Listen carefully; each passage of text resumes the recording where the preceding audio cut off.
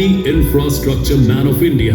He would answer to the name Nitin Jairam Gadkari. Gifted with an ability to dream the seemingly impossible dreams and getting them to fruition also defines this clairvoyant visionary.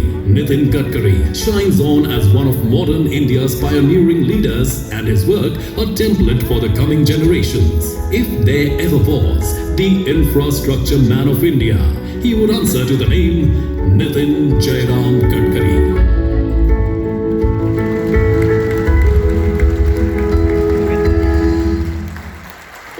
For Shri Nitin Gadkari ji, special address by the Chair, Honorable Union Minister.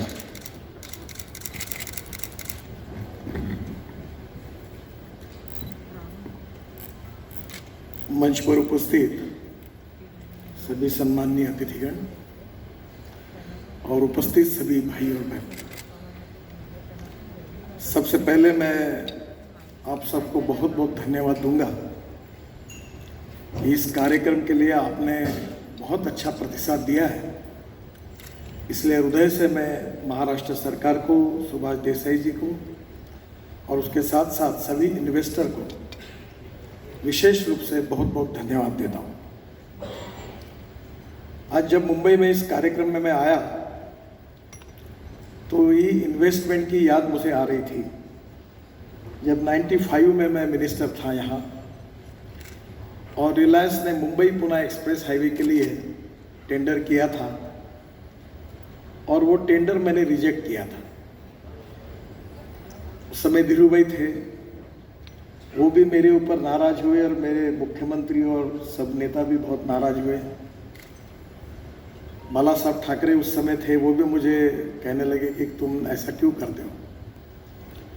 तो मैंने उनको कहा था कि मैं public से पैसे लाऊंगा और express highway Worli Bandra sea link project 55 flyovers बनाऊंगा। तो सभी लोग मुझे हंस रहे थे। तो उस समय मेरे मुख्यमंत्री मनोहर जोशी जी थे, उन्होंने कहा कि नितिन, तुम अच्छा बोल रहे हो, मेरा विश्वास नहीं होता, पर केवल तुम बोल रहे हो तो ये करके देखो, मुझे नहीं लगता कि ये होगा, पर let us try for it. और तब मैं इन्वेस्टमेंट के लिए MSRDC की स्थापना हुई, जिसका मैं फाउंडर चेयरमैन था और संस्थापक था। और RC सिन्हा जो उस समय एडिशनल चीफ सेक्रेटरी भी बाद में हुए और मेरे मैनेजिंग डायरेक्टर थे, हम दोनों मिलकर होटल की बात को छोड़ो, छोटे छोटे फोरम पर जाकर बैग लेकर, लैपटॉप पर नया नया आया था, मेरी उम्र 36 साल की थी, तो चैम्बर ऑफ कॉमर्स से इधर जाके प्रेजेंटेशन करते थे और कहते थे इस प्रोजेक्ट में इन्वेस्ट करो। वो दिन इसलिए मुझे याद आया कि उस समय हम इन्वेस्टर के पास जा रहे थे, आज इन्वेस्टर हमारे हाल आ रहे हैं, इसका मुझे समाधान होता है। और जब पहली बार 500 करोड़ रुपए के लिए, हम उस समय की बात कर रहा हूँ 96 की, हम कैपिटल मार्केट में गए और पहली बार हमको 1160 करोड़ रुपए बॉन्ड्स में रिसीव हुए, ओवर सब्सक्राइब हुए। दूसरे बार फिर हम लोग 650 करोड़ के लिए गए, फिर 1100 करोड़ रुपए मिले। तो रतन टाटा मुझे कहते थे कि तुम हमसे भी होशियार निकले, क्योंकि हमें किसी को एक्सपेक्टेशन नहीं था कि ये पैसा पब्लिक मार्केट से इंफ्रास्ट्रक्चर के लिए मिलेगा। ये स्टोरी यहाँ समाप्त नहीं होती, जो आपके आत्मविश्वास को बढ़ाने वाली है कि मुंबई पुणे एक्सप्रेस हाईवे बन गया, फ्लाईओवर्स बन गए, वर्ली बांद्रा बन गया, इसके पैसे वसूल हो गए। और जब ये बात आई थी, ये पहला BOT रोड देश में बनाने का सौभाग्य मुझे मिला और पहली पॉलिसी BOT रोड की जब बनी तब मैं दिल्ली गया था और उसका इंस्पिरेशन और मोटिवेशन मुझे मलबार हिल में एक टीवी शॉप ने दिया।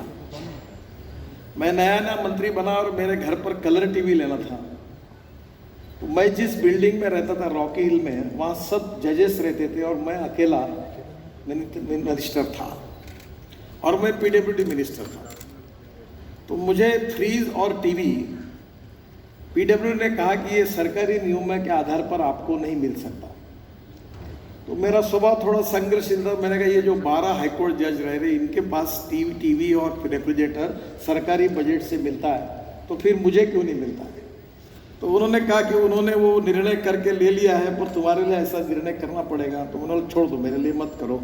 तो मैं एक दुकान में गया था और मैंने उनको कहा कि मुझे टीवी खरीदना है, मुझे इंस्टॉलमेंट पे टीवी दो। तो उन्होंने मुझे कहा कि टीवी का देखा, मैंने मॉडल सिलेक्ट किया और जब उनको पता चला कि मैं मंत्री हूँ तो उन्होंने कहा कि नया पीस आने के बाद सर मैं आपके पास देता हूँ, क्योंकि अभी नया पीस अच्छा फ्रेश पीस आएगा, तो आप थोड़ा वेट करिए। बाद में उसका नया पीस आया नहीं और टीवी मुझे मिला नहीं, क्योंकि उसको पता चल गया कि इंस्टॉलमेंट पर टीवी लेने वाला मिनिस्टर है, तो शायद पैसा आएगा कि नहीं आएगा। क्योंकि इसका मुझे अनुभव आया था। एक बार कामत साहब मेरे साथ फ्लाइट में थे, ICICI बैंक के MD थे, तो मेरे पास आया और उन्होंने बहुत तारीफ की और कहा कि आप इतना अच्छा काम कर रहे हैं, ये सब हो रहा है। तो मैंने उनको कहा कामत साहब आप मेरी तारीफ कर रहे हो, आपके बैंक ने मेरे को क्रेडिट कार्ड रिफ्यूज कर दिया। उन्होंने कहा क्या हुआ? तो बोला हमारी पॉलिसी ऐसी है कि लॉयर और पॉलिटिशियन को हम लोग क्रेडिट कार्ड नहीं देते। तो वो बाद में उन्होंने मेरे लिए तुरंत किया। पर इस बात से एक अनुभव मिला कि जब टीवी अगर इंस्टॉलमेंट पर मिल सकता है, एम्बेसडर कार मिल सकती है, फिएट मिल सकती है, तो फिर टनल और ब्रिज क्यों नहीं मिल सकता? और इसी इंस्पायरेशन से मैंने ठाणे भिवंडी बाईपास पहला BOT रोड बनाया, जो BOT पे भारत सरकार ने अप्रूव किया, हम पॉलिसी लेकर गए और बाद में BOT पॉपुलर हुआ। और आज मुझे कुछ बताने के लिए एक ही बात है, बाकी भाषण करने की जरूरत नहीं है।